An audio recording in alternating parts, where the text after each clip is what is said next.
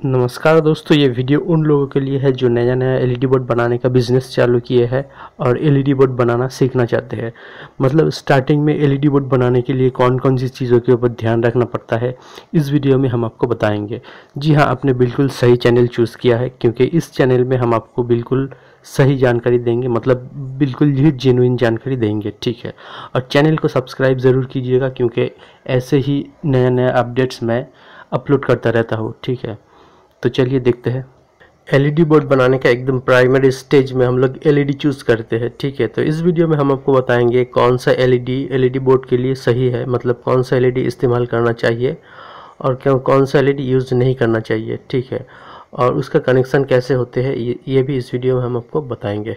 अभी जो एलईडी आप देख रहे हैं, ये एलईडी बोर्ड बनाने के लिए बिल्कुल सही नहीं है। मतलब ये एलईडी हम लोग एलईडी बोर्ड में यूज़ नहीं कर सकते, क्योंकि अगर इस एलईडी से हम लोग एलईडी बोर्ड बनाएंगे तो क्या होगा, देखिए इसका व्यूइंग एंगल देखिए 30 to 35 डिग्री मैक्सिमम है। मतलब ये एलईडी से अगर हम लोग एलईडी बोर्ड बनाएंगे तो खाली सामने से इसका ब्राइटनेस नज़र आएगा। अगर साइड में खड़ा होकर एलईडी बोर्ड देखेंगे तो एलईडी बोर्ड का ब्राइटनेस हम लोग को देखने को नहीं मिलेगा। ठीक है, इसलिए ये एलईडी हम लोग एलईडी बोर्ड में यूज़ नहीं कर सकते। इससे पहले जो आप लोगों को एलईडी दिखाया वो भी 5 mm का एलईडी था और ये भी 5 mm का ही एलईडी है, लेकिन पहले का जो एलईडी था वो ओवल लेंस वाला एलईडी था और ये है कनकेव्ड एलईडी। ठीक है, तो ये एलईडी बोर्ड बनाने के लिए बिल्कुल सही है। ठीक है, क्योंकि इसका देखिए एंगल देखिए, व्यूइंग एंगल देखिए 120 डिग्री।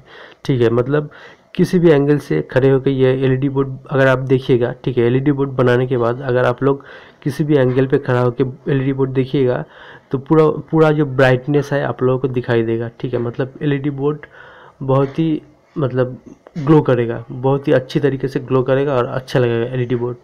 तो अगर आप लोग दुकान में जाके ये एलईडी सर्च कीजिएगा, ठीक है, दुकानदार को अगर बोलिएगा कि कनकेव्ड एलईडी दीजिए, हो सकता है दुकानदार को समझ में नहीं आए।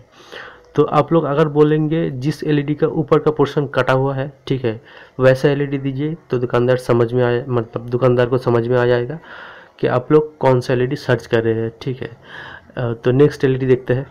अभी जो एलईडी आप लोगों के सामने है इसको कहा जाता है ओवल एलईडी, क्योंकि इसका शेप ओवल शेप है। ठीक है, और प्रोफेशनल लोग जो लोग एलईडी बोर्ड बनाते हैं प्रोफेशनली, वो लोग इसी एलईडी का इस्तेमाल करके एलईडी बोर्ड बनाते हैं। ठीक है, और इसका व्यूइंग एंगल भी सही है 110 डिग्री बाई 40 डिग्री। ठीक है, तो ये भी बहुत ग्लो करता है। जब एलईडी बोर्ड बनता है इस एलईडी से तो एलईडी बोर्ड बहुत ही ग्लो करते हैं। ठीक है, तो ये एलईडी और इससे पहले जो एलईडी आप लोगों को दिखाया, ये दोनों एलईडी से आप लोग एलईडी बोर्ड बना सकते हैं। अभी आप लोगों को समझ में आ गया होगा कौन सा एलईडी बोर्ड बनाने के लिए चूज़ करना चाहिए।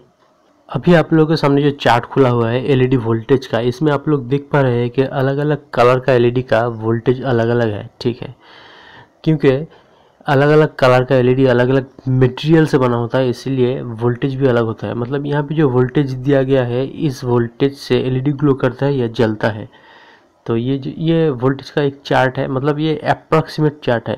वोल्टेज दूसरा कंपनी का, मतलब एक एक कंपनी का वोल्टेज का जो रेंज है वो अलग भी हो सकता है। यहाँ पे एक अप्रॉक्सीमेट आइडिया देने के लिए ये चार्ट मैंने यहाँ पे दिया है। अभी आप लोग जान गए हैं कि रेड कलर का एलईडी का जो वोल्टेज होता है, फॉरवर्ड वोल्टेज, वो होता है 2 वोल्ट। तो उसके मुताबिक ये जो सर्किट आप लोग देख रहे हैं इसमें 6 एलईडी सीरीज में दिया हुआ है। मतलब ये सर्किट बिल्कुल सही सर्किट है, लेकिन इस सर्किट में एक ड्रॉबैक है। तो ड्रॉबैक क्या है, देखिए यहाँ पे वोल्टेज का जो सोर्स है 12 वोल्ट, ये एसएमपीएस भी हो सकता है, बैटरी भी हो सकता है। वोल्टेज का सोर्स कुछ भी हो, लेकिन इसमें जो एम्पेयर है, ये एलईडी बोर्ड के मुताबिक आप 10 एम्पेयर या 20 एम्पेयर कुछ भी देंगे तो ये वोल्टेज सोर्स का जो एम्पेयर देने का जो लिमिट है वो ज़्यादा है। लेकिन यहाँ पे एलईडी जो करंट ले रहा है, मतलब जो करंट ड्रॉ कर रहा है, कितना है 0.02 एम्पेयर या 20 मिली एम्पेयर। ठीक है, तो 20 milliampere current LEDs draw कर रहा है। अभी हर एक इलेक्ट्रॉनिक्स कंपोनेंट जो होता है, हर एक इलेक्ट्रॉनिक्स कंपोनेंट का टेम्परेचर कोएफिशिएंसी होता है। ठीक है, मतलब जब भी कोई इलेक्ट्रॉनिक्स का कंपोनेंट वर्किंग कंडीशन में होता है, उसमें some amount of heat generate होता है, मतलब कुछ अमाउंट का हीट उसमें जनरेट होता है। अब टेम्परेचर कोएफिशिएंसी क्या है, मतलब कोई भी कंपोनेंट अगर वर्किंग कंडीशन में है उसमें हीट जनरेट हो रहा है तो क्या होता है, हर एक मतलब कंपोनेंट का, इलेक्ट्रॉनिक्स कंपोनेंट का एक इंटरनल रेजिस्टेंस होता है, ठीक है। तो हीट के साथ मतलब हीट बढ़ने के साथ साथ वो रेजिस्टेंस कभी कभी कम हो जाता है बहुत। अगर रेजिस्टेंस कम हो गया तो क्या होगा, हीट ज़्यादा जनरेट होगा, और ज़्यादा हीट जनरेट होगा मतलब वो कंपोनेंट ख़राब हो जाएगा। तो उसी तरह टेम्परेचर कोएफिशिएंसी अगर यहाँ पे वर्क कर गया, मतलब काम कर गया, तो कोई भी एलईडी यहाँ से ख़राब हो सकता है। अगर एक एलईडी यहाँ से ख़राब हो गया या कट गया, मतलब सीरीज़ में लगा हुआ 6 एलईडीज, मतलब बाकी 5 एलईडीज नहीं जलेगा, मतलब सारा एलईडी जलना बंद हो जाएगा इस सर्किट से, क्योंकि यहाँ पे कोई भी करंट लिमिटिंग रेजिस्टर नहीं लगा हुआ है, ठीक है। यही है इस सर्किट का एक ड्रॉबैक।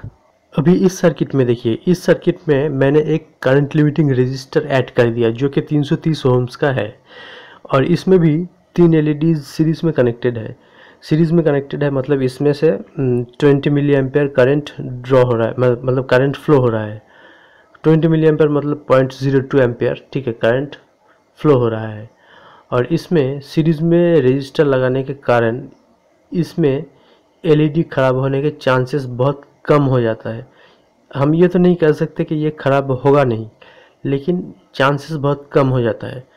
और इस तरह का सर्किट, मतलब ये 3 एलईडीज़ के साथ एक रेजिस्टर जुड़ा हुआ है, इस तरह का सर्किट प्रोफेशनली जो लोग एलईडी बोर्ड बनाते हैं, ठीक है, वो लोग यही सर्किट को इस्तेमाल करते हैं। इस सर्किट में देखिए, पिछले सर्किट में जो हमने दिखाया था कि 3 एलईडी के साथ एक रेजिस्टर सीरीज़ में ऐड होता है, ठीक है, उसी तरीके से यहाँ पे आप चाहे एलईडी बोर्ड में जितना भी एलईडी यूज़ कीजिए कोई बात नहीं, लेकिन 3 एलईडी के साथ एक रेजिस्टर 330 ओम का ऐड कर दीजिएगा इस तरीके से। तो पूरा एलईडी का कनेक्शन इस तरीके से आप कर सकते हैं, ठीक है। अब चाहे जितना भी एलईडी बोर्ड में यूज़ कीजिए कोई बात नहीं, खाली पावर सप्लाई का ध्यान रखिएगा।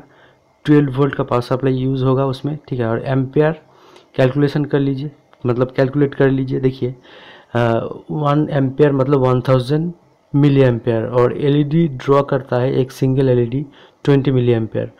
तो 1000 मिली एम्पेयर डिवाइड बाई 20 मतलब 1 एम्पेयर के साथ आप 50 एलईडी जला सकते हैं 1 एम्पेयर में, ठीक है।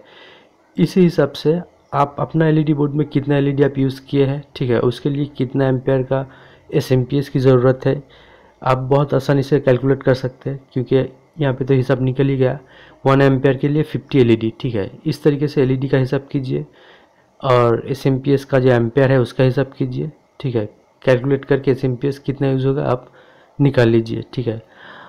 और इस वीडियो में इतना ही। वीडियो को देखने के लिए बहुत बहुत धन्यवाद, और मिलते हैं नेक्स्ट वीडियो पे।